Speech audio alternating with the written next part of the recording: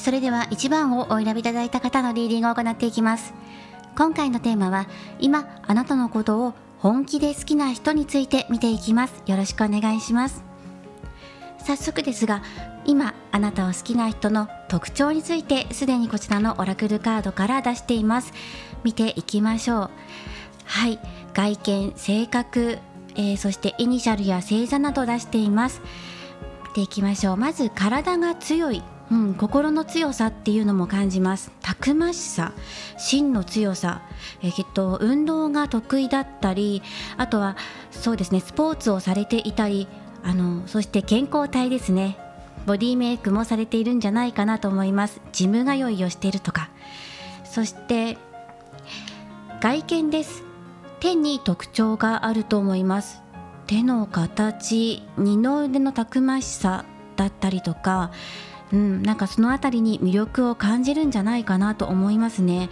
なんかね、その健康体で手がしっかりしているとかってことですかね。指が細くて綺麗で形が良くてというよりは、大きな手をしているとか、活動的、手の動きに特徴があるとか、そのようなイメージを感じました。そして華やかで目立ちます。オーラが強いということで、顔立ちがはっきりしているかもしれません。顔立ちが綺麗、美しい、かっこいいとかではなくて、もうオーラそのものがすごく輝きがあるっていうのが感じるので、存在感があるんじゃないかなと思います。髪の色は明るめ、そして髪の毛は癖毛か、もしくは巻いていたりパーマをかけていたりとか、少しねウェーブ感が出ている動きがあるような気がします。そして服装ですが、明るめの色、もしくははっきりした強めのカラーや、あとパキッとした服装を着てらっしゃるんじゃないかなという印象も受けますね。スポーツが得意っていうのが入ってくるから、マリンスポーツをしていたりとか、アウトドアが好きっていう方もいらっしゃるんじゃないかなと思います。はい。で、そうですね、アクセサリーを身につけているとするのであれば、金、ゴールド系かなと思いました。はい。そして元気な力で周りの人々にエネルギーを与えてくれるような方です。ヒーリング、癒しのカードが入ってるんですけど、癒しの力というよりエネルギーやパワーっていうのを、その元気のパワーっていうのを周りに届けていくような方、強い方なんじゃないかなと思います。ひげがある、もしくは髪の毛長めの方なような気もしますね。はい。そして性格も見ていきましょう。直感に冴えていて集中力がある方です。ひらめきや発想力を形にすることも得意でしょう。頭の回転が速い。そして賢い。雑学でも何かしらの部分で知識がある。場の引き締め役。隙がないイメージもあります。社会的な立場ではリーダー役、まとめ役を買って出ているかもしれません。そして影響力がありますね。華やかでオーラを放っていて、周りに与える影響力もある方、何か発信をされているかもしれません。インフルエンサーのような方ですね。そして行動力がありますし、健康や体力づくりをしている。そして規則やルールを守る方でもあります。目標に向かって頑張っている。そして意外と流行、流行り物も追いかけてるんじゃないかなっていうところもあります。その他に香りに敏感なところもあるような気がしますね。好きな香水とかお香、香りが好きとかっていうか、もしくは逆に少し苦手、柔らかい香りだけ、柔軟剤の香りだけが好きとかね、あえて香水つけてませんよとか、どちらかかなというふうに思います。そして自分を信じる力っていうのが強いので、それは決しておごりではなくて、自分の芯がしっかりしているってところで、自分がこういうふうに決めて目標を持っているから頑張っているんだとか、頑張っている自分を疑わない、不安にならない、信じて頑張るんだっていうところが強いんじゃないかなと思います。ですが一方で、実は繊細な心の持ち主っていうのも入ってきます。一部では疲れやすい、ストレスが溜まりやすいのかなっていうところもありますね。パッと見た目健康的で元気があるっていう風に見えるんですけど、実は傷つきやすいっていうところもあるかもしれません。では今あなたを本気で好きな方、イニシャル見ていきましょう。可能性の高いイニシャル1番をお選びいただいた方たくさんあります。まず A、O、I、S、L、H です。そして可能性の高い星座は双子座と獅子座の方。この方を一色色で表すとするのであれば青の色ですね。お仕事としては癒すお仕事、ヒーラーさんやカウンセリング、カウンセラー、あと誰かを育てる育成するようなお仕事、または専門職や手に職をつけている方も多いのかなというイメージが入ってきます。はい、以上こちらが今あなたを本気で好きな方の特徴を見ていきました。はい、それではこちらのカードを一旦まとめさせていただきます。そしてその後に、どんどんと見ていきましょう。獅子座と太陽のカードが入っているので、活気、そして大胆であり華やかっていうのが入ってきますね。集団の中にいても人一倍目立つのではないかなと思いますね。性格は重いというよりはさっぱりしている方なんじゃないかなとも思います。はい、ではここでタロットカードを使って見ていきます。今お二人ってどういう関係性かなっていうところを見ていきますね。あなたとお相手の関係性、そしてそのお相手がどんなアプローチをしてきて、あなたのどんなところに惹かれているのかっていうのも合わせてもらっていきます。まずはこちらのタロットカードから今二人の関係性、近しい間柄なのか、それとも浅い関係性なのか、はたまたあなたの想像していないようなところからあなたを思っているのか見ていきます。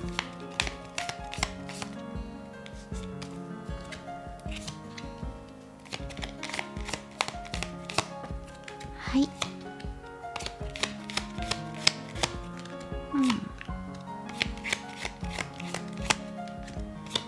はい、この4枚で見ていきましょう。そうですね、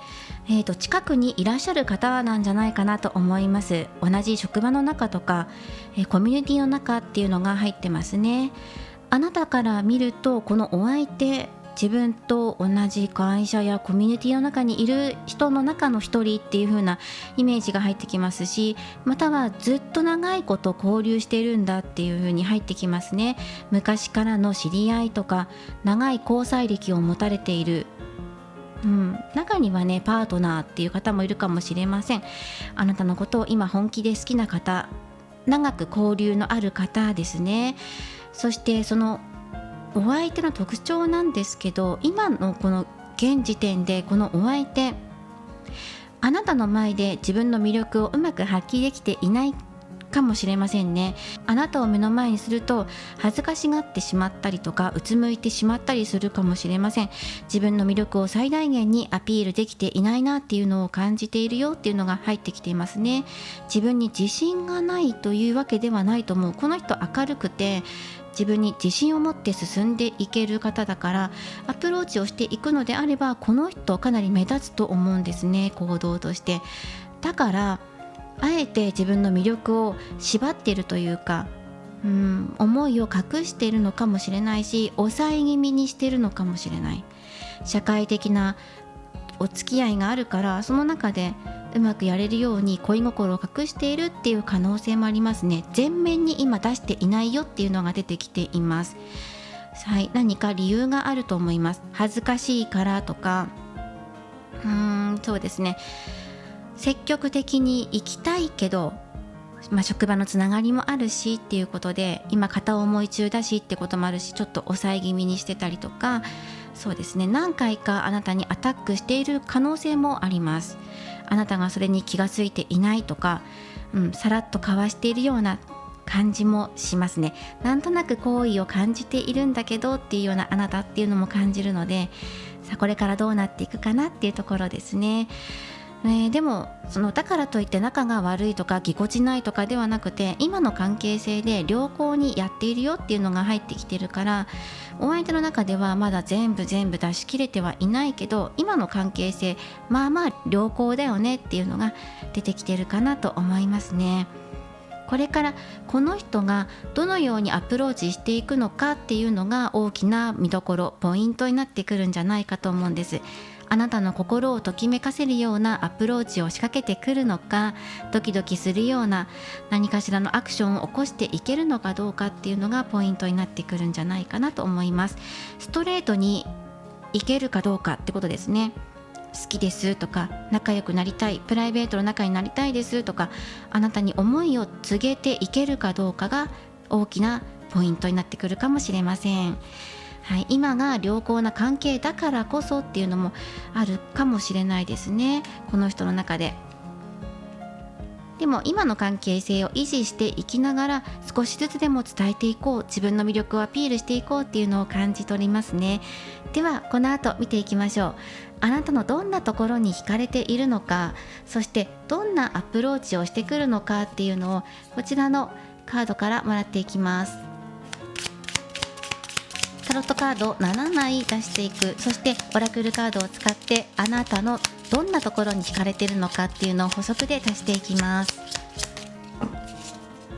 でこのお相手がアプローチしてくるのかどうか、どんなアプローチなのか見ていきましょう。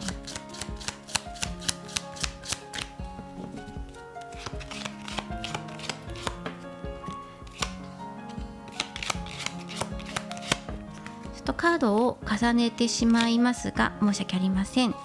はい、見ていきましょう。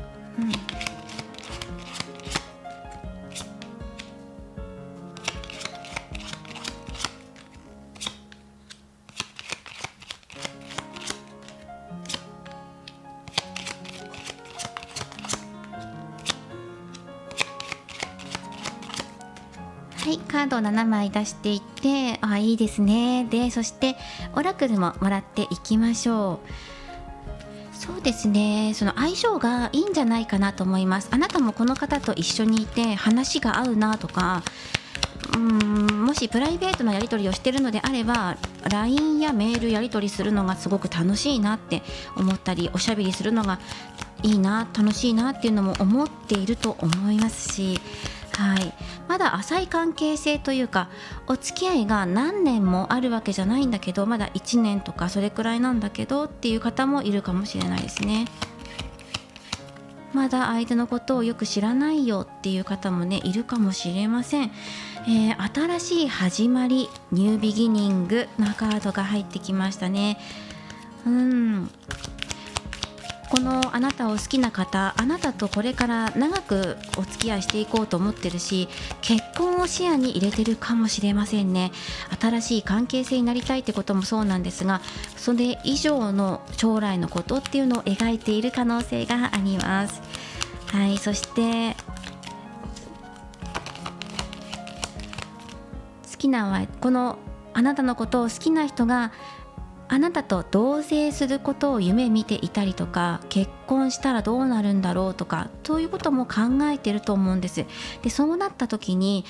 理想の家庭像っていうのをあなたと描いていってると思います。もう想像していますね。で自分が帰ってきたらお帰りっていう風に温かく迎えてくれるあなたっていうのを柔らかく想像されてるんだなっていうのが伝わってきますね。もう少し見ていきましょう。ではお相手の今の考えっていうところを見ていきます。アタックしたいと思ってるんですけど、頭の中でいろいろ考えていて、アタックしたい以上にここですね、自分が恐れていることが大きくて動けていないっていうのがあります。だから自分自身に対して自分何やってるんだろうとか、せっかく二人きりになったから話しかけようと思ったのにできなかったとか、思ってることが思い通りにできていないっていう現状が入ってきています。心のままに動けていない、いろいろ考えちゃって勇気が出ないとか、自分が傷つくのが怖くて先へ進めないとか、頭の中で考えていることがかなりガチガチですね。心の中ではもうただストレートに進んでいけばいいっていう風に思ってる、進んでいきたいと思ってるんですけど、うまくいかない現実とか、自分の頭の中では勇気が出ないっていう風にいろいろと考えちゃうところがあるみたいですね。でこれからじゃあどうやって動いてくるのかって言えば、あなたとの相性を確かめながら確実に現実に動いてくるんじゃないかなと思います。行動力がある方だから何かしらのアプローチは必ず出てきます。どんな関係性であれこの人からの歩み寄りが出てきますし、あなたに頼られる存在でいたいっていうのがもう明確に出てきているので、同じ職場にいたら同じチームとして仕事をやるんだったら自分がリーダーとかみんなを引っ張っていく役としてあなたに見てもらいたい、かっこいいなっていうふうに思ってもらいたいと思ってるし、もちろん成果も残して、でも仕事だったらねあなたに任せたいわっていうふうにあなたから言われたいとか認めてほしいっていう気持ちも強いですし、確実に仲良くなる方法を選んでいくと思います。怖いから、進んでいきたいのに怖くてどうしようっていう頭でいっぱいなので自分の魅力を全部打ち出していけないから、でもこのままじゃいけない、動きたい、うずうずしてるっていうのがありますから、どこかのタイミング折を見て自分の魅力を打ち出していく、アピールしていくんじゃないかなと思うんです。そしていきなり0から100まで一気にアピールするというよりは段階踏んでいくと思うんです。1から順に数えながらアピールしていくかもしれないし、5段ずつね飛びんでアピールしていくかもしれませんね。いきなり100でバッっていう風には来ないですね。少しずつアピールしていきながら距離を縮めていくっていうのがあります。で、どんなアピールなのって言ったらやっぱりメール、LINE、DM とかその通信っていうのが入ってきます。今持ててる限りのそうですね、なんかコミュニティ SNS を使いながら、あとはっきりとトーク、電話とか通話とかに持ち込んでいくような感じですね。最初は LINE で表面上仲良くしていきましょうとかっていう風に始まって、だんだん深くなっていくと通話したりとかに持っていくような感じがしますね。トークが上手い人っていうのが入ってくるし、やれば器用なんですよ。今できていないだけで、あなたと仲良くなったりとか今以上に仲が進展していくと割とそつなくこなせるタイプだと思うので、この方、そして行動力があるイコール分かりやすいと思うんですね。直感力があって集中力もある、賢いだとしたら、立ち回りもうまいし、どんな風に行動したらいいんだろうっていうこともある。で、ポイントなのは繊細な心を持っているから、その繊細な心っていうのをちょっと乗り越えると、あとはもうストレートに動いてくるんじゃないかなと思うので分かりやすいと思います。そしてここあたり見ていきましょう。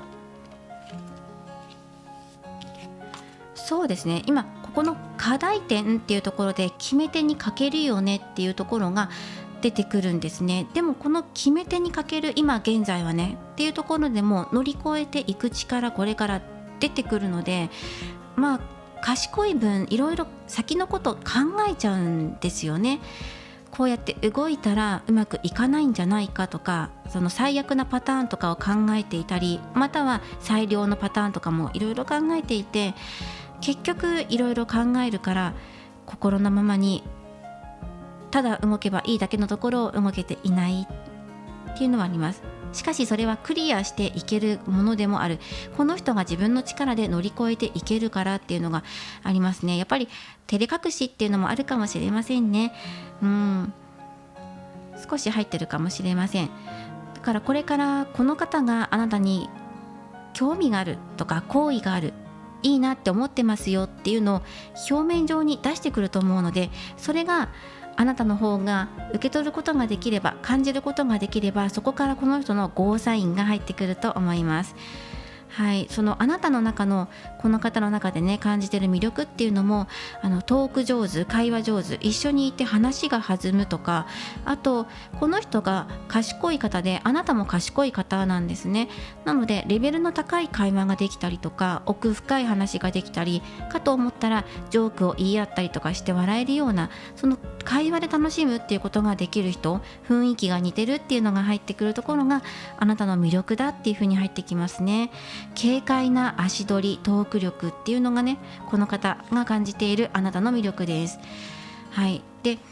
この後この人といい感じになるんじゃないかなっていうふうに思っています。この人が仲良くなりたい、いいなと思ってるんですみたいなことをアピールし始めると、仲はぐっと縮まっていくし、いや実際深く話してみたらすごい盛り上がって楽しくてっていう風にあなたも感じると思いますね。で、長いこと同じ空間にいそうな方の可能性が高いので、今言った特徴でピンとくる方はもうその人かなと思います。で、この方からのアプローチがこれから始まっていくと思いますね。そして新しい始まりっていうのも入ってるので、あなたと関係性を新しく紡いでいきたいっていうことですね。だからこれから変化するんですよ。物事が始まっていく。この人の中でも決めるんじゃないかな。アプローチしていこうっていろいろ考えても進まないから、もうこれは行こうっていうふうに決めてね、まずは話しかけてみようとかお誘いしてみようっていうことで、何かしらのアクションっていうのが生まれてくると思います。それをあなたが受け取って、どうやってどのように返事してくれるかなっていうところまで見ていくんじゃないかなと思いますね。で、あなたの魅力っていうところをもらっていきます。で、その他にもあなたが斬新なアイディアや考え方を持っているところがいいなって思ってるし、かなり近しいものを感じるんじゃないかな。同じ会社にいて企画して、あなたの斬新なアイディアとお相手のひらめきが合わさって新しい商品開発しましたとか、バズりましたとか、なんか波に乗るのがうまい2人なんですね。波長が合うっていうのかな、会話のノリが合うとかだと思います。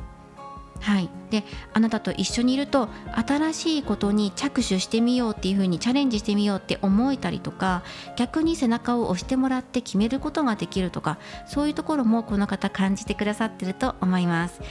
ではでは、ここね、あなたの魅力どういうところを感じてるのかなって言ったら、エンジェルオーラのカードですね。祝福の光が降り注ぐ、あなたが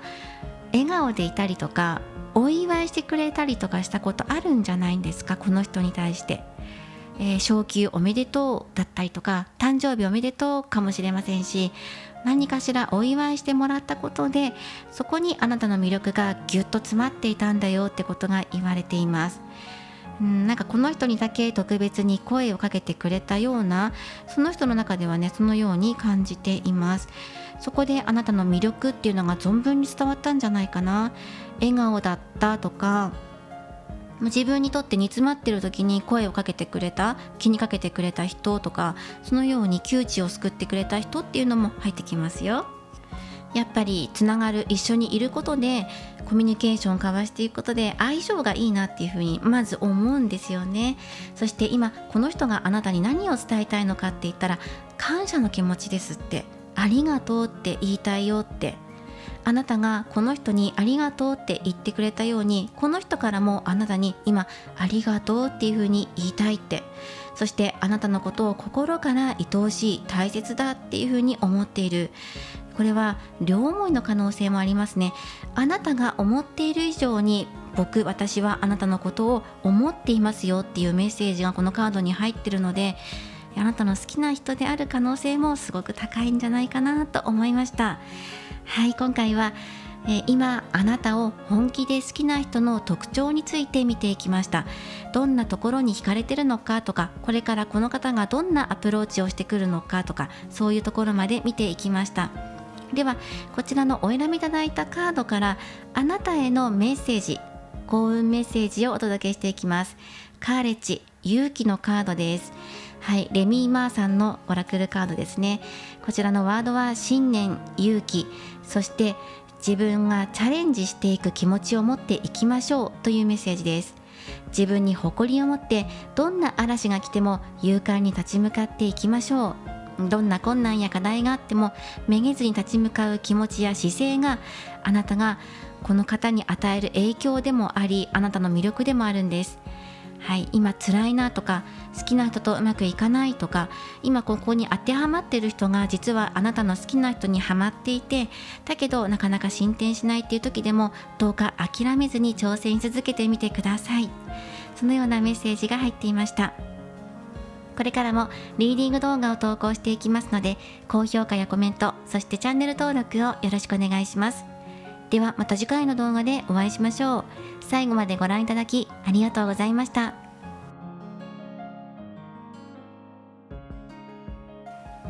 それでは2番をお選びいただいた方のリーディングを行っていきます。今回のテーマは今あなたのことを本気で好きな人の特徴について見ていきます。よろしくお願いします。もうすでにこちらオラクルカードたくさん出して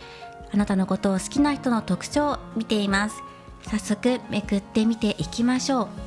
う。並べていきますね。仲間、友情、成長、いろいろとカード出ています。まず外見からお伝えしていこうかなと思っています。はい、まず外見、背が高いです。そして肩幅があるような気がします。もしくはスーツなど肩パッドが入っているようなお洋服、肩のところがしっかりとあるようなお洋服や制服を着てらっしゃったり、または肩の部分の骨幹といいますか、そこがしっかりしてらっしゃる方、骨格がしっかり出ている方のような気がします。はい、肩幅があるような肩っていうのが入ってきますね。そして成績を残した、過去に大きな成績を残した実績がある方や、実年齢より若々しくてエネルギッシュな方なんじゃないかなと思っています。食べることが好き、外食とかも好きかもしれません。お料理する方なのかもしれないなというふうに思います。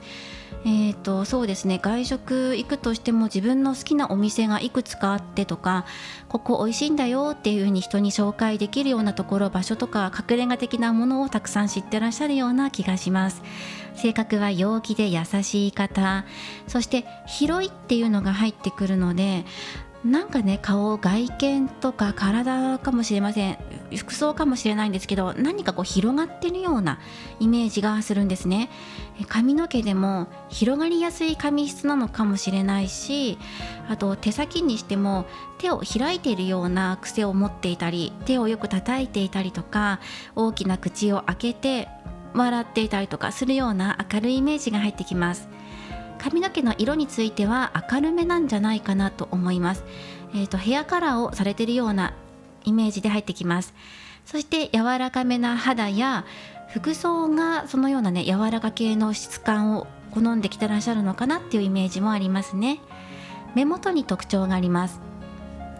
そうですね、垂れ目もしくは鋭い目を持っていたりとか、そんなね、なんか目元に特徴があるっていうのが入ってきますね。猫目かもしれないですし、ちょっとこう垂れ目なのかもしれないし、特徴があります。ほくろがついてるのかもしれません。若干寒がりかもしれません。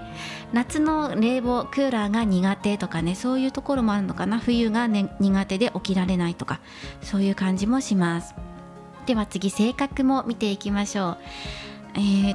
ある意味経験豊富な方かなと思います。いろんなこと人生で経験してこられたんじゃないかなっていう意味でね、経験豊富な方っていうのが入ってくるのと、その中に不思議な経験をしたんだっていうのも入ってくるんですね。正夢を見たとか、不思議な体験をしたことがあるとか、そのようにも感じます。一人時間を持ってらっしゃるんじゃないかなと思うんですね。遊びに行くのが好きなんですよ。フットワークは軽いんだけど、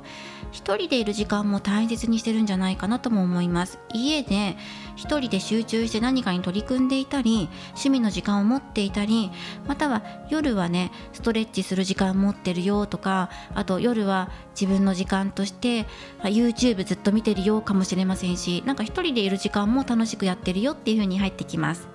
心がすごく温かくて優しいんですけど、時々辛口な面が入ってくるかなと思うんです。ピリッとしたね、セリフ回し、言葉とか入ってくるような気がします。仲がいい人に対しては割とこうストレートに物事を言うのかもしれないですね。時々ですよ、時々ちょっとピリッとするような、イメージが入ってきます。言葉遣いじゃないかもしれないですけど、そのピリッとくるのが悪いとかではないんですよね。それがいい刺激になるのかなっていうふうにも感じます。結果は必ず残す方ですね。何かしたとしても必ず結果を残すっていうのは入ってきます。失敗に終わったとしても失敗したんだっていう結果を残して、じゃあそこからどうしようかっていうふうに考えることができる人、そして友達や仲間を大切にするっていうのがありますね。大人数で集まるのが好きとか、仲間がもう決まった仲間がいるのかもしれません。コミュニティ力高いですよね。はい、決まったね、こう団体とかコミュニティとかがあるのかもしれません。そして先見の明がありますね。未来を見据えて動いています。とっても愛情深くて感受性豊か、思いやり、そして家族思いっていうのも入ってきます。おっとりめの方なんですけど、だからこそ時々来るこのピリッとしたところっていうのが目立つのかもしれません。はい、なんか時々ねパキッとしたような、なので人柄的には柔らかい人柄っていう風には基本的にね入ってくるんですけど、外見で例えば刺激的な色合いを使っていたりとか、はっきりした色ね小物を持っていたりとか、そうですね、なんかね趣味でもどうですかね、なんか目立つような趣味を一つだけ持っていたりするのかもしれないですね。あとは血行がいいので、飲み会とかでお酒を飲んだりするとすぐ顔が赤くなったりするんじゃないかなと思います。はい、ひらめきで動くのでフットワーク軽めですね。今日なんかいきなりこう自然に触れたくなったって言ってちょっと小旅行しに行ったりとか、近くの公園まで行ったりとかする、遊ぼうって言われたらいいよっていう風にね行くようなフットワークの軽さっていうのも入ってきます。はい、このあたりでしょうか。ではここからこの方のまず、イメージカラーとしては赤入っています。ルビーの色ですね。この色です。赤がどっかに入ってるかもしれないですね。そして星座いきましょう。星座は双子座、蟹座の、印象が強いですね。そしてイニシャル2番さん少し多めです。いきますね。イニシャルは G が一番高いです。ガ行、ガギグゲゴですね。であとは F、R、I、C、J、このあたりかなと思います。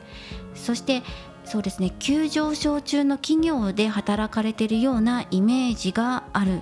で昔からずっと100年200年とか続いている企業よりかは、ここ10年20年ぐらいで、新しいジャンルとして開拓されたようなお仕事、 IT 企業だったり最先端のお仕事をされている可能性もあるなと思いました。またその中で育成というかマネジメントっていうのもされているのかなとも思います。分析したりマネジメントしたり、部下を育てたりとかっていうのもされているようなお仕事じゃないのかなと思いました。はい、でチームで動かれている可能性が高いので、企業の中でもねみんなでまとまって動くとか、マネージャー業で誰かと一緒に二人三脚でやっているとか、そのようなイメージも入ってきます。ではこのあたりを踏まえてこれから先見ていきましょう。この方の特徴を見た後に、では実際にあなたとの今の関係性、距離が近いのかなとか遠いのかなとか、そのあたりをまず見ていきます。そしてその後に今このあなたのことを好きな人が今後どんなアプローチをしてくるのか、そしてあなたのどんなところに魅力を感じているのかっていうところも深掘りしてみていきます。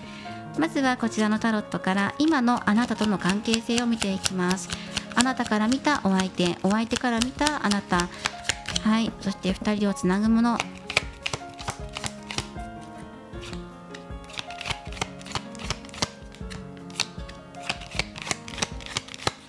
はい、いいですね。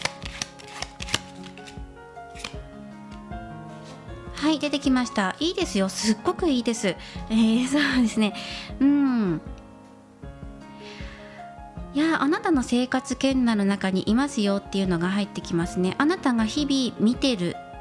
よ、感じてるよっていうのが入ってくるから、同じ職場で働いてるっていう可能性もすごく高いし、職場一緒じゃなくてもあなたがほぼ毎日関わってるよっていう方なので、それはね、何か SNS とかコミュニティとかを通じて毎日やり取りしてる、連絡を取り合ってるような、そしてあなたが今集中してこのお相手のことを見てるようなイメージが入ってくるので、あなたがついつい見ちゃう、目を引かれちゃうような人なのかもしれない。同じ職場にいたとしても気になるなっていうくらいね思ってる可能性がありますね。ふとこの人を見ていたらあっという間に時間過ぎちゃっていたとかっていうような方かもしれないし、どうでしょう。そしてこのあなたのことを好きなお相手から見ると、あなたってすごく自由なところいいよねっていう風に入ってくるんですね。同じくフッカルな、同じね似た者同士っていう風に見えるんじゃないかな。ただしあなたのことを今現在頼りにしてるよっていうのも入ってくるんですよね。自分がこんなに自由に生き生きとしていられるのはあなたの応援があるからとか、あなたが支えてくれるからだっていうのも入ってくるんですね。今すごく明るい気持ちであなたのことを見ているなっていうのが伝わってきます。もう確信に近いんじゃないかなって思っています。好きバレしていたりとか、もう好きバレしてもいいやっていうぐらいね、この人が覚悟を決めているんじゃないかなとも思うんです。あとはあなたともう少しで付き合いそうとか、告白もう少しでチャンスやってくる、作り出していけるんじゃないかって、なんかこう勝機があるよっていうのが入ってくるんですよね。もうそこそこ仲いいんじゃないかっていう風に入ってきます。あとはこれから長くお付き合い、交際として恋愛関係としてやっていくだけなんじゃないかっていうぐらいにこの人の中では考えているところがあるから、相当距離が近いとか関係値が築かれている方々なんじゃないかと思うんです、お二人の関係性が。で、いやまだねそんなに近しい中でこう当てはまる人いないよっていう方は、これから関係値を築き上げていきたいっていうところ、今スタートラインに立ったばっかりなので一目惚れしているっていう可能性もあります、あなたに。そして今からあなたに近づいていって、これから仲を育んでいこうっていうような気持ちがすごく満ち足りているようなお相手の気持ちが伝わってきます。はい。でその後ね見ていきましょう。ではこの人って実際どんなアプローチしてくるのかなって、そしてあなたのどんなところに魅力を感じてるのかなっていうところで少しもらっていこうと思います。こちらから7枚カードを引いていきます。でプラスオラクル出していって、あなたの魅力について深掘りしていきます。実際この人はアプローチしてくるのかどうか。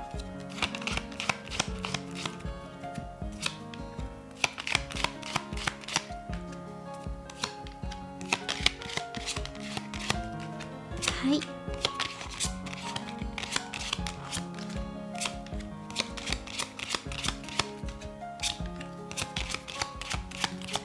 価格に収めるためにカードを重ねています。申し訳ありません。見づらいかもしれませんが見ていきましょう。そしてあなたのどんなところに惹かれているのかっていうところで、カードを足していきます。まず入ってくるのがあなたの個性的な魅力っていうのがあるので、周りの人よりも全然違うとか目立つとか、魅力的だっていうふうに思うところがあるみたいです。考え方や発言かもしれません。影響力のある人だなと思っています。あなたと出会ったことによって今までの考え方が大きく変わったっていう風にも返ってきますね。自然に惹かれていったんだっていうのが入ってきます。自然の流れっていうカードが入っているので、そうですね、ただし衝撃も加わっているので、出会った時一目惚れに近かったんじゃないかなっていう可能性の方が高いです。そこからこう流れるようにお付き合いがスタートしてとか、惹かれていって仲が深まっていってっていう状態なんじゃないかなと思いました。もう少し見ていきましょう。あなたの優しいところだったり、人とは違う価値観や物の見方を持っているところがすごく魅力的だよって入っています。じゃあこの人がどんな風にアプローチしてくるのかって言ったら、アプローチしてきますね。入っています。もう自分決めたんだっていう風に入ってますよ。誰にもあなたを取られたくないから自分がいち早く動いていくんだっていう、明確な目標っていうのが定まっています。こんなアプローチをしようとか、方法はいろいろあるかもしれない。だけど自分が伝えたいことはもうこれだけなんだ。あなたを好きだっていうことですね。だから告白っていうのを考えている可能性がすごく高いです、この人の中で。なので間もなく動いてくるのではないかと思いますね。今これを動画投稿するのが6月なので本当に早いと思います。夏ぐらいには動こうかなって思ってると思いますね。夏、そうですね。ではもう少し見ていきましょ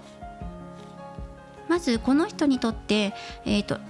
あなたにアプローチしていく上で一番鍵となるところ、自分にとって課題点だなって思ってるところは、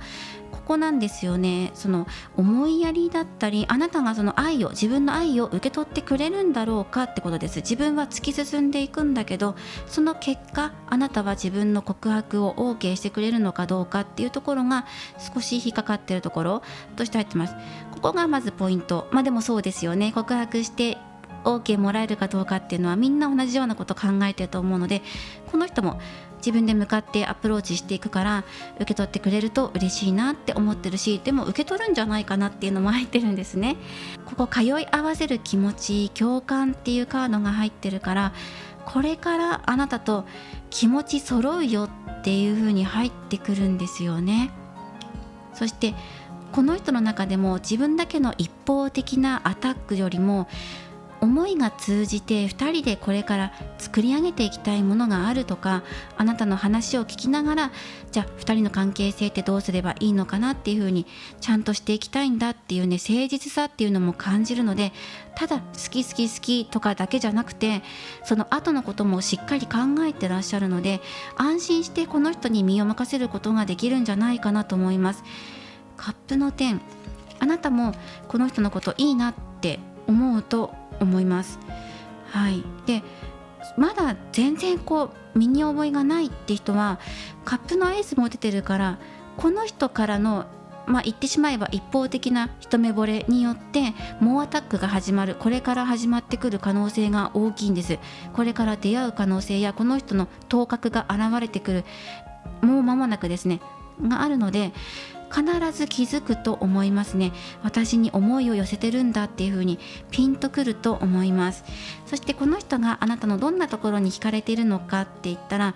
まず一目惚れっていうのが共通して入ってくるのと、あとあなたのナチュラルなところっていうのが入ってますね。自然体、着飾らないところなんだっていう風に入ってきます。ある意味肩の力を抜いているだとか、抜け感があるとか、お化粧とかねにしても、そんなにバチバチ決めていなくて、どこか抜いていたりとかするところが逆にいいと思ってるのかもしれません。自然体のあなたからにじみ出てくる色気だったりとか雰囲気ってところにも惹かれてるし、話をしていて、そういう見方もあるんだねっていうことで刺激もらってますっていうのが入ってくるんですね。なんか急いで何とかしようとか、早く手っ取り早く済ませる方法ないだろうかっていうふうに感じているお相手に対して、あなたは大丈夫、時の流れに身を任せてゆっくりやっていきましょうっていうふうに言ってくれたりとかして、この人が落ち着くっていうふうに思うのかもしれません。ということで、こういうところ、自然体だったり物の見方だったりとかね、価値観を変えてくれる存在としてあなたの魅力っていうのが伝わっています。気を張らないような場所で出会っているかもしれないんですよね。あなたがあまりよし今日は気合い入れて出会いするぞ、出会い求めに行くぞとかっていう風に思ってないようなところで自然と出会うような可能性もあります。もう出会ってると思いますが、そしてこちらですね、このお相手が感じるあなたの魅力、モリオンのカードです。あなたがとにかく最高だっていう風に言われてるんですね。そして集中力があるって言われてるんですね。なのであなたが一生懸命物事に向かって取り組んで頑張ってる姿を遠くから見ていたり、遠くというか近くね、同じ車内の中で見ていたり、あなたの頑張る姿を応援しているっていうのが入ってきます。そしてそのあなたを見ていると、頑張っているのか、頑張っているところか、あと自然体のあなたか、どちらかを見ていると応援したくなる気持ちや癒される気持ち、見ていて癒されるなっていうふうに思うっていうのが伝わってきます。一緒にいると不安な気持ちが流れ去っていくっていうのがね、この人から伝わってくるメッセージです。一緒にいると勇気ももらえるっていうのも入ってくるんですよね。なんかもうできるんじゃないかって、この先未来にね希望を持てるんじゃないかって、恋愛だけじゃなくてこの人の生き方そのものかもしれないし、なんか諦めそうって思ってたところにあなたの一声があって、こういう未来もあるんだねって見方が変わったりとか、そうだ、そういう風にやってみよう、可能性が広がっていくかもっていう風な気づきを与えてくれるような存在だったのかもしれません。自分にとってはすごく最高の存在だっていう風に言われてるんですよね。あなたのことを自信をつけてくれたような人、背中を押してくれたような人、こんな自分でも大丈夫なんだってお相手が思わせてくれた何かしらのきっかけを作ってくれた人っていうのがあなたの魅力として入っていますね。今あなたに夢中っていうことですね。あなたが最高ってことは夢中なんだと思いますよ。はい。ということでこの人がどんなアプローチをしてくるのかっていうそうですね、どんなアプローチをしてくるのかっていうことに対してはもうまっすぐにストレートに好きですって告白する準備してると思います。じゃなかったら一緒にデートしませんかとか2人で一緒に遊びませんかとかそういうお誘いをしてくると思います。まずは2人でね。でその後に告白とかまず1対1で会おうとすると思います。あなたも悪い気しないんじゃないかなと思ってるんですよね。気が合うというか、ここね2人で同じことを感じ合うっていうカードが入ってるんですよ。なのでお誘いもらったら乗っていくと思います、あなたも。はい、ということでいい流れなんじゃないかなと思いました。これからもどんどん関係性を深めていってください。では最後にこちらのお選びいただいたオラクルカードからあなたへの幸運メッセージお伝えしていきます。こちらエリカ・バドゥのカードです。スピリチュアリティ、精神性のカードです。瞑想、マインドフルネス、祈りましょう、そして集中しましょうというシンプルなメッセージです。瞑想、今この時に集中して過去自分がどうだったとか未来どうなるとかそういうことを気にせずに今この瞬間の自分が何を思っていてどうしたいのかとか自分の五感を研ぎ澄ませてください。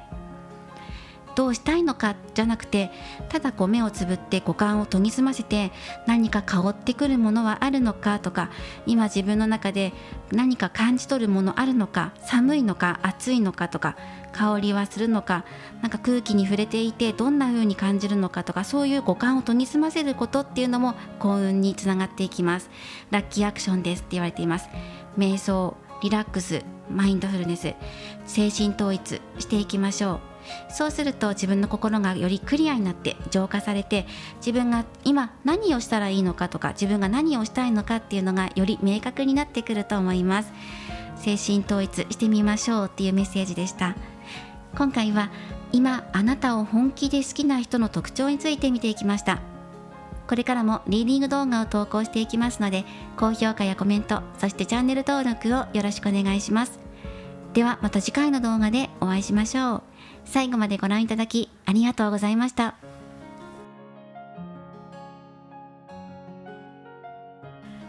それでは3番をお選びいただいた方のリーディングを行っていきます。今回のテーマは今あなたのことを本気で好きな人の特徴について見ていきます。よろしくお願いします。もうすでにこちらにオラクルカードをたくさん出してその方の特徴を出しています。早速カードを見ていきましょう。まず性格、外見、その他イニシャルや星座などもらっていっています。まずその外見見ていきましょう。そうですね、デジタルなど最先端のものに触れていらっしゃるのかなと思います。コミット力があります。コミットする力ですね。つまりは約束しっかり守りますよとか、それで結果を残す力を持っているということです。かなり独特な方っていうのが入ってくるので個性的だったり、やってらっしゃる趣味とか持っているもの、持ち物がかなり個性的なんじゃないかなと思いますね。で何かしらの実践経験、あと経歴が持ってらっしゃる、あるんじゃないかなと思うんですね。独特です。かなり独特なので、そうですね、何か資格にしても難関を通ってきましたとか、あと誰も取っていないような資格を持っていたり、趣味だとしてもみんなが知ってるようなものじゃないかもしれない。スポーツにしても野球とかサッカーとかメジャーどころではなくてもっとマイナーな、そうですね、なんかそういうのやってるんだっていうふうに思うようなスポーツをやってるかもしれないですね。あんまり人口密度がないようなものですね。今例えでスポーツでお伝えしたんですが、スポーツだけじゃなくて全てのジャンルにおいてマニアックなところを行かれてるんじゃないかなと思いました。そして変わった人とか、あと一見冷たい人、無口な人とかクールな人に見られがちですね。だけど実際はそんなことないよっていうのがあります。なんかこう流行とかを追いかけたり流行りを生み出したりとかするのが得意なのかなと思うんですよね。独特のアイディアや視点を持ってるので、そこから何かを生み出す力を持っている方。そして色素は薄めです。肌、瞳の色、あと毛の色素だったりとかが薄めなので、黒い髪の毛、日本の方だったらね、黒い髪の毛、地毛が黒というよりは少し茶色がかっていたりとか、瞳の色素が薄め、茶色めとか、肌の色が透き通るぐらいに白いお肌とか、何かね色素が薄いっていうのが入ってきます。友達がすごく多い、人が集まってくるっていうのが入ってますね。この人の中にたくさん人が入ってきたり、仕事とかでも契約交わすことも多いんじゃないかなと思いました。書面にサインをしたりとか、初めましての人に会うようなお仕事をしてらっしゃるとかもあるかもしれません。そして手にも特徴があります。ネイルをしていたり、または手の大きさだったりとかですね、手の動きだったり、手っていうのが入ってきます。手に職を持っている方なのかもしれないですね。自分の手先を生かして絵を描いていたり、イラストレーターだったりとかね。そのイラストっていうのも、万人受けするようなジャンルではなくて、こう一部の人が好きだっていう風に言われているような、ちょっと人口密度の薄いようなところで、活躍されているような、オリジナリティを発揮されているような気がしました。はい、そして性格見ていきましょう。宇宙とか神秘なものが好きなんじゃないかなっていうのも入ってます。星、天体、惑星、あとは宇宙とはとかね、ブラックホールとはとか、そういう宇宙の神秘ってところ、プラネタリウムが好きとか、あと宇宙からつながって大地、海とかね、そういう神秘的なものに興味があるような気がします。そして性格は計画性があり、決断力もあります。計画を練って決める人、努力家でもあります。またお部屋とかお掃除が行き届いているようなイメージがします。潔癖症ではないんですけど、埃まみれになるようなお部屋よりだったら綺麗に管理されてるんじゃないかなと思います。そしてインテリアですねにこだわりがあります。お部屋じゃなかったら自分のデスク周りね、仕事職場のデスク周りにも独特性が出てる、独自性が出てるというか、この人といったらこの机、この人の見ればねすぐわかるみたいな使い方をされてるような気がしますね。アクセサリーもこだわってるんじゃないかなと思いますね。ハワイアンジュエリーが好きなんですとか、あと宝石詳しいんですとか、何かこう詳しいなっていうのを感じます。流行にも敏感なので、今の流行りを追っていたり、流行色とか、そうですね、今流行っているお店とか、そういうのを見つけるのもうまいと思う。流れに乗っていく力、適応力、柔軟性っていうのがありますね。周りにも慕われていて人気もある。心が温かいんだけど、一見ね初見の人に対してはクールなイメージを持たれちゃうかもしれないですね。あと気が変わりやすい人、飽き性な方っていう風に見られるかもしれない。何考えてるか分かんないなって思われがちなんだけど、実際付き合ってみると優しい人っていうのが伝わるんじゃないかな。コミュ力も高いし、守ってくれる人っていう頼もしい感じもするので、なんかこう流行りに乗ってこれ好きあれ好きとか結構こう流れていくところはあるんですけど、でも自分の大事な人とかはしっかり守るよっていう感じで入ってくるんですよね。打たれ強いとかっていうのもあるんですけど、自分の大切な人を守るっていうのが一番伝わってくるかなと思います。だからこの人がいると周りの人が安心するとか、ある意味ね厄除けみたいな存在を担ってるんですよ。周りに邪気を寄せつけないようなエネルギーを持ってる人っていうのが入ってきます。ハートが温かくてコミュニケーション力が高い、コミュニケーション能力が高いので、お仕事されてるとしたらそういう自分のね人脈やコミュニケーション力を生かしたようなお仕事をしているかもしれません。特に人が集まるようなお仕事ですね。そして流行りのお仕事、流行を追っていたり、最近の出来事、時事ネタとかニュースとかも追いかけていて、詳しいかもしれませんね。またデジタル社会っていうのも入ってくるので、デジタルに特化している分野で活躍されている可能性もあります。はたまた、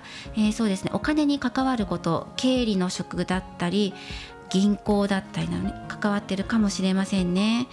あと現場が変化していく仕事が関係してくるかもしれません。出張があったり場所を移動するようなお仕事だったりとか、そうですね、あとは高収入です。はい、どんな仕事に疲れていても収入高いんじゃないかなと思いますね。はい、ということでこの方の特徴を見ていきました。ではこの後見ていきます。ごめんなさい。そうですね。あとカラーは金色なのでゴールドですね。ゴールドを身につけている可能性があります。お財布の中も割とお金多く入れるタイプなのかなと思うんですけど、デジタルな方なので電子マネーとかでお財布持たないよっていう方かもしれないですね。でも入れている額は大きいんじゃないかなと思います。持ち歩いている額が多めなんだと思いますね。貯蓄もあるかなっていう感じで、アクセサリーをつけてるとしたらゴールドが多め。そして、星座ですね。この方の、可能性の高い星座として牡牛座、双子座、水亀座です。そしてイニシャルいきます。ちょっと多めです。イニシャルは一番可能性があるのが C だから、日本語で言ったら地とか立ちつてとぐらいですかね。C だからさしすせその C も入るかもしれない。 C が一番高くて、その後が U ですね。あで G が行です。がぎぐげごで M なのでま行、まみむめもで B なのでバビブベボ。このあたりが可能性高いかなと思いました。はい、ではこの方とあなたの今の距離感、お互いの印象っていうところを見ていきます。友達のような関係性なのか、もしくはあなたも好きなっていう風にね思ってるような相手なのか、はたまた同じ職場にいるんですっていう方なのか、どんな関係性なのか、どんなつながりがあるのかっていうところを、お互いの印象っていうところをもらっていこうと思います。カードを重ねていきます。ご了承ください。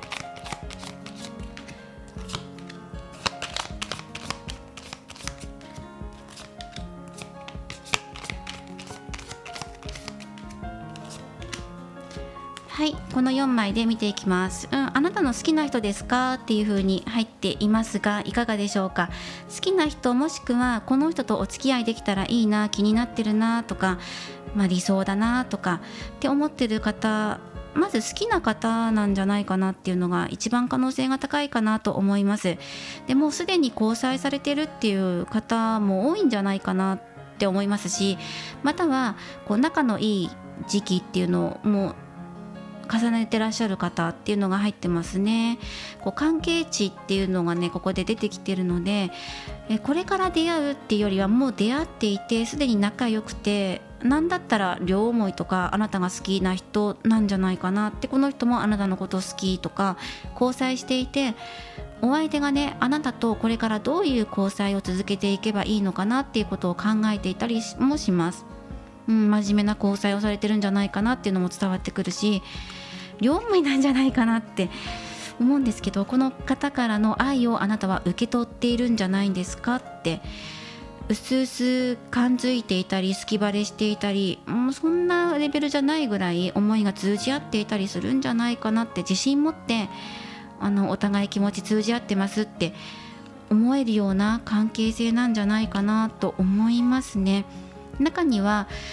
このお相手の方が年下さんですっていう方もいるかもしれないし、逆に年上っていう可能性もあるかな。あなたをすごく大事にしてくれるっていうのが入ってきています。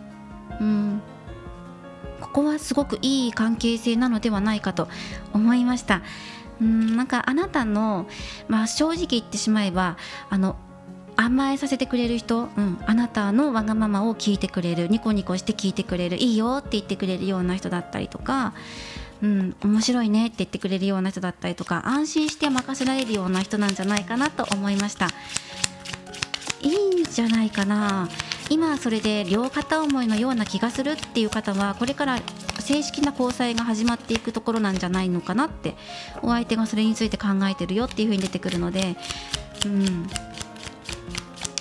はいということでね、これからじゃあこのお相手がどんな風にアプローチしてくれるのかとか、あなたにどんなところにね魅力を感じてるのかっていうところももらっていきます。ちょっとカードが重なっちゃうんですけど、7枚出していきますね。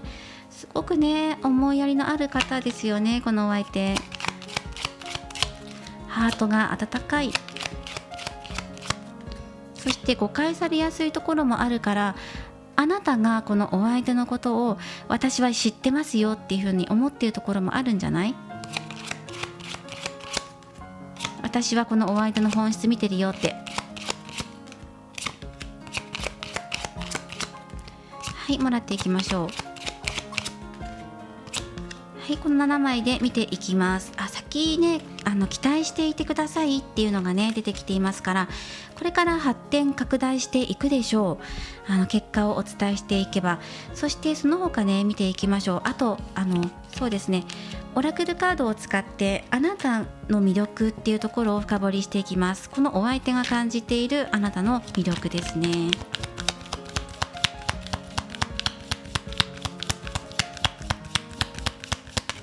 課題点のところは、ワンドのエースです。なので、情熱だったりモチベーション、そう情熱ですねっていうところで、燃える気持ち、アタックしたい、言ってしまえばあなたをものにしたいっていう気持ちっていうところが、多少課題になってくるのかなとは思うんですね。この人の中でどこにその焦点を当てているのかっていうところですね。あなたの魅力ね、助けを求める、助けてくれる、お互い支え合っていける、助けたいって思ってるし、あなたのこと守りたいって思ってるんじゃないかな。大切な人は守りたいっていう気持ちが強く働く方だから、そして助けたいっていうカードが入ってるので、好きな人じゃなくて、この お相手があなたのことを助けたいって思うような、守りたいって手を差し伸べたいって思うような魅力があなたにあるんじゃないかな。守りたいっていう気持ちになっちゃう。で、あと逆もあると思う。あなたから守ってもらってるとか助けてもらってるなっていう、感謝したいっていう気持ちも伝わってきます。はい、で見ていきましょう。年下さんかなっていう気もするんですけどね。でも年齢感じさせないぐらいしっかりしているし、そうですね、立場もねしっかりしている、社会性もあるので、社会経験もちゃんと積まれているので、頼もしい存在なんじゃないかなと思います。で、この方のこれからのアタック方法っていうのを見ていくと、心の中、不透明不安っていうのが入ってくるので、今その感じていることと本当の本心っていうところで見ていくと、多少ギャップあるかなと思います。そうですね、あなたと一緒にいて癒されるし、楽しい、穏やかに過ごせているしって、安心するっていうのが入ってるんだけど、ちょっと不安があるよって言ってるんですよね、この人心の中で。じゃあどういうところに不安あるのって言ったら、これは分かれるかもしれない。今この人の片思いの状態であれば、あなたにどんなアプローチをしていけばいいんだろうとか、あなたと楽しい時間過ごしてるんだけど、どうやったらお付き合いに持っていけるんだろうとか、自分のことを好きになってもらえるんだろう、あなたの気持ちが見えないっていうことで、心の中少し不安だよっていうのが出てきています。ただその不安だよとかそういうことはあまり口に出さないんじゃないかなと思うんですよ。それよりだったら、今一緒にいる時間すごく楽しんでるっていうのが入ってくるから、支え合ってる喜びとかね、そういうことが入ってきます。で、両思いとか交際している可能性が高いので、もしねお互いの気持ち通じ合ってるっていう方だとしたら、このお相手、あなたと過ごすことがすごく今充実していて楽しくて癒しだっていう風にね、癒しの時間だっていう風に言ってる。で、心の中は多分未来に対しての不安っていうのが少し入ってるんだと思います。じゃあこの両方含めてね、両思いの方も片思いの方とか、あとあなたの思いがけないような人から思いを寄せている方もね、全て含めて、この人がじゃあこの先どんな風にあなたにアプローチしてくるのかなって言ったら、まず単独行動で動いてくるでしょうっていうのが入ってるんですが、どうかなっていうのが正直入ってきます。ただね、これから先拡大してくるので、一人で動いてきて動けないっていうことはないと思う。この人の心にいかにどんな火がつくのかっていうことにもよる。例えば燃料があってでガソリンがあってボッていきなり火がつく場合もあるし、マッチのようにね、小さな炎でゆらゆら揺れて、それが燃料になってやがて燃えていく、薪を焚くみたいな形でね、焚き火するみたいな感じでゆっくりとメラメラと燃えていくのかもしれないし、キャンプファイヤーのように大きな火をねメラメラっと出していくのかもしれないし、この人のエンジンのかかり具合がどうかなっていうところ、どんなもんかなっていうところによって変わってくるかなと思うんだけど、でもこうご期待しておいてくださいっていうのが入ってますね。なんか突っ走りすぎちゃうような気もするし、この人がそうですね、なんかあなたも自分のこといいと思ってくれてるんじゃないかっていう風に思って、よしっていう感じでわーっていう風にね、畳みかけてくる可能性もあるんですよね。そこに対してちょっと待って待ってって冷静に落ち着いていこうよっていう風にハーミットも入ってるから、駆け引きというか恋の駆け引きを楽しむような瞬間もありながら、でもやっぱり自分の心の情熱にはね逆らえないよなっていうところで、あんまり深く考えずにアタックしてくるのか、いろいろ考えて揺らぐ火でね、柔らかい火でアタックしようって思ってくるのか、いずれにしてもね、未来これから拡大していくからっていうふうに言われています。中にはライバルがいるっていう風にね、この方が思ってるかなっていうのも少し感じます。あなたのことを他にもいいなって言ってる人がいるんじゃないかって、だからちょっと焦ってるとか不安だっていうのが出てきてるのかなと思うんですね。なんかそれで自分の中で落ち着いてやっていこうっていう風に思ってるんだけど、どこか焦っちゃったりとか空回ったりするところもあるのかなとも思います。ただどんな動き方をするにしてもライバルに負けたくないとかね、そういうのもあるんだけど、この人がどんなアプローチを仕掛けてくるにしてもあなたは嬉しいんじゃないかなって思うんですね。これから拡大して楽しみだっていう風に出てくるから、今お付き合いしている関係性よりさらに次のステージへ行くと思うんです。二人きりでご飯行きませんかとかね、デートしませんかとか、交際しませんかとかっていうところまで持っていく感じで流れていくと思います。未来はすごく明るいので期待しておいて、この人の動きをっていう風に入っていますね。そしてこの人があなたに感じる魅力として、まず一番に安定感っていうのが入ってきますね。そしてあと健康体であること、生活リズムがしっかりしてるんじゃないかなと思うんです。夜更かししないとか、これ結構大事じゃないですか。あと自炊しているとか、お料理できるとか、お掃除しっかりしているとか、生活感があるところ、これ意外と大事ですよね。生活力があるところっていうのがもう基礎中の基礎ができる。そんなに高いレベル求めていないから、いや私ねお味噌汁作れなくてとかっていう感じの方じゃないんじゃないかな。あなたってプロ級の腕前を求められたら困るけど、一般家庭料理だったら何でもできますよとか、一通り家事はできますよとか、家事じゃなくて掃除かもしれないし、生活の基盤が整っていることっていうのがあるんです。健康体、食事ちゃんととってるよとか、体調崩さないために体調管理やってるよとかね、人並みにやってるよっていうことですね。だから昼夜逆転してとか、夜遅くまで遊んでとか、そういうことは今あなたはやってないんじゃないかなっていうぐらいの安心感があるっていうところが入っています。そういう魅力もあるよっていうことですね。健康体、見た目も多分ねそうなんだと思います。この方の好みなんじゃないかなと思うんですね。そういう外見から伝わってくるあなたの魅力っていうのも感じてると思うんですね。そして思慮深く物事を考えて捉えて動いていくあなたの姿っていうところですね。軽はずみな行動をしないところっていうのがあります。で、どこか守りたくなるような可愛らしいところとか庇護欲っていうところがかき立てられるんじゃないかなと思いました。そしてこの魅力ですね、ありのままのあなたが好きっていう風にリチウムクォーツのカードが入っています。まずあなたの一番の魅力として、波長が合うところだっていう風に入ってきますね、このカード。そして一緒にいると癒される、心が癒されるっていうのが入ってくるのと、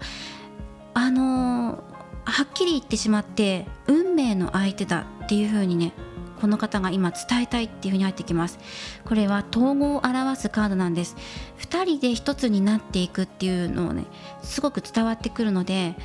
両思いとか交際とか結婚とか、そういうところを強くこの方が求めているし、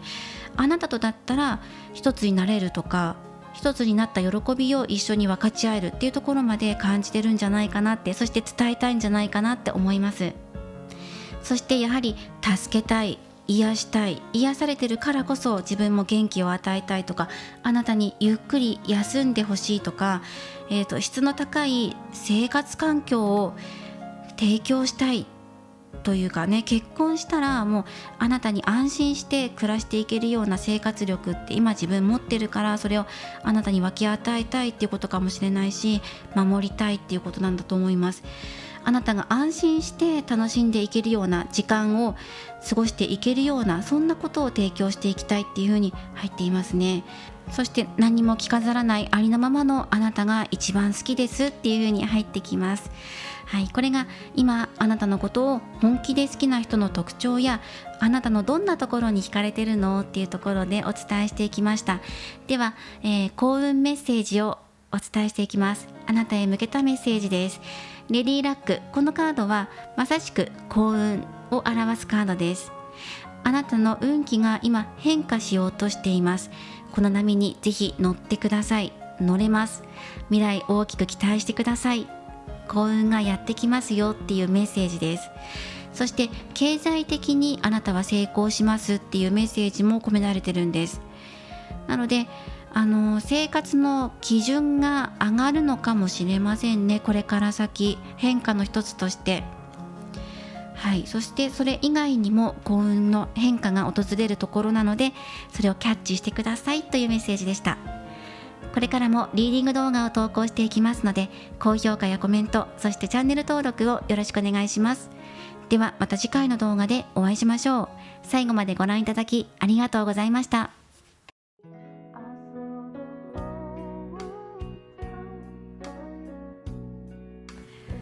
今回のリーディングは以上となります。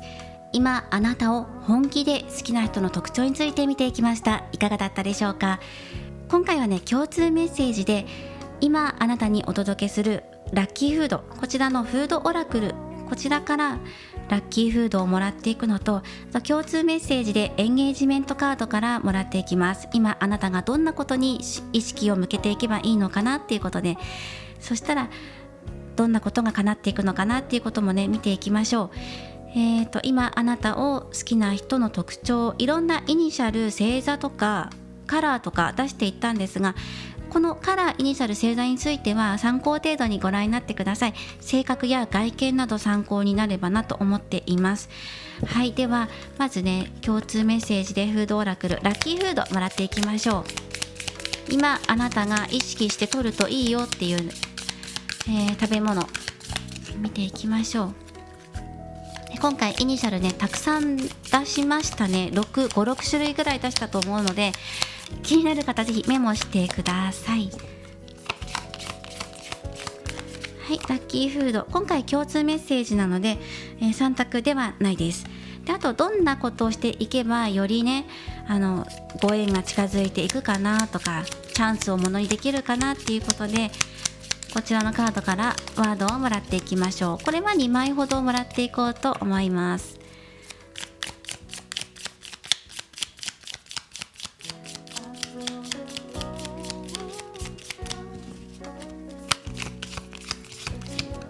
はい、この2枚からもらっていきましょう。で、フードオラクルについてはガイドブック参考にしていきます。まずどういうことを気をつけていけばいいのかなとか、意識して取り入れていけばいいのかなっていうところで、組織のカードと信頼のカードですね。ぎゅっと手を掴んでいる、握っている絵柄と、組織ですね。だから周りとのバランス、コミュニティ、調和っていうところを意識していくことだったり、あとあなたが今アプローチしたいと思っている人に対してどんなアプローチしていけばいいかなって思おうとするんだったら、周りを味方につけることっていうのもいいんじゃないかなと思います。友達に協力してもらって、まずグループ交際からとかね、そこから信頼関係を育んでいくこととか、このトラスト、信頼っていうカードは今好きな人とかこれからご縁のある人とどのような関係、信頼関係を築いていくのかってことも強くメッセージとして伝えてきてくれているような気がします。お相手のことを、好きな人のことを信じる気持ちを大切にしてねっていうこと、そして周りとのバランスや調和も大切にしていくと、周りからもたらされる恩恵っていうのも受け取りやすくなるのではないかっていうことですね。ではフードオラクルからラッキーフードです。バナナ、変化、変容、運を底上げするっていうメッセージも入っています。これは緑色なのでハートチャクラですね。第4チャクラです。あなたの愛情面やコミュニケーション、誰かを思いやる気持ちっていうところが大きく作用してくるチャクラです。まず第4チャクラからお話を軽くしていきましょうか。愛情、人間関係、関係性などを、強めるこのハートチャクラですね。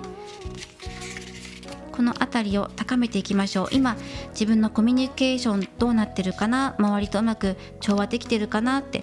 そして相手のことを思いやってる、自分自身のことも思いやれているかな、素直に発言やコミュニケーション受け取ったりできているかなっていうところをもう一度見直してみてください。もし弱まっている方はこのあたりがうまく発揮できていない可能性があります。自分に自信がなくて、コミュニケーションしづらいとか、コミュニケーションしていったんだけど拒否されたような気がするとかね、あと相手となかなか打ち解けられないとか、そうですね、自分自身に対して思いやりを持てないとかっていう方もいるかもしれない。という方は今一度この第4チャクラを高めていくことに意識してみましょう。やはりチャクラを整える時っていうのは、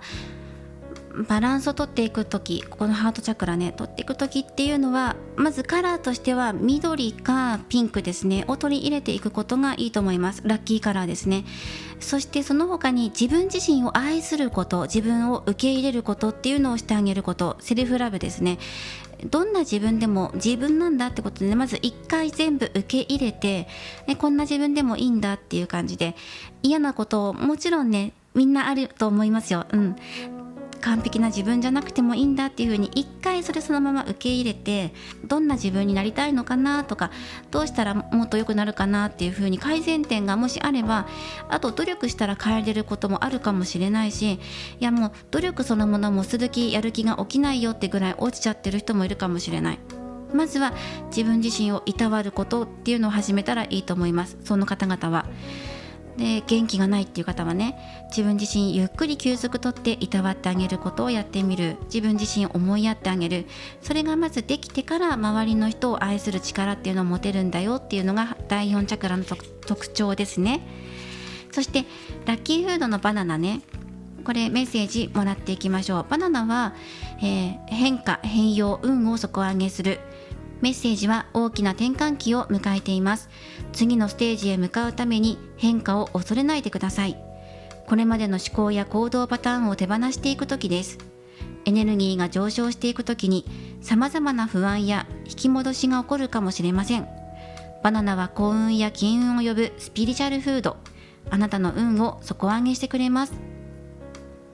そしてバナナの栄養は幸せホルモン、セロトニンの材料となるトリプトファン、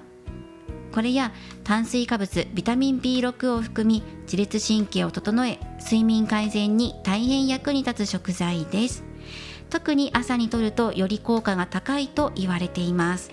ぜひバナナを取り入れてみてくださいということで、はい、フードオラクルからメッセージもいただいてきました。ぜひね、ラッキーフードメッセージ取り入れてみてください。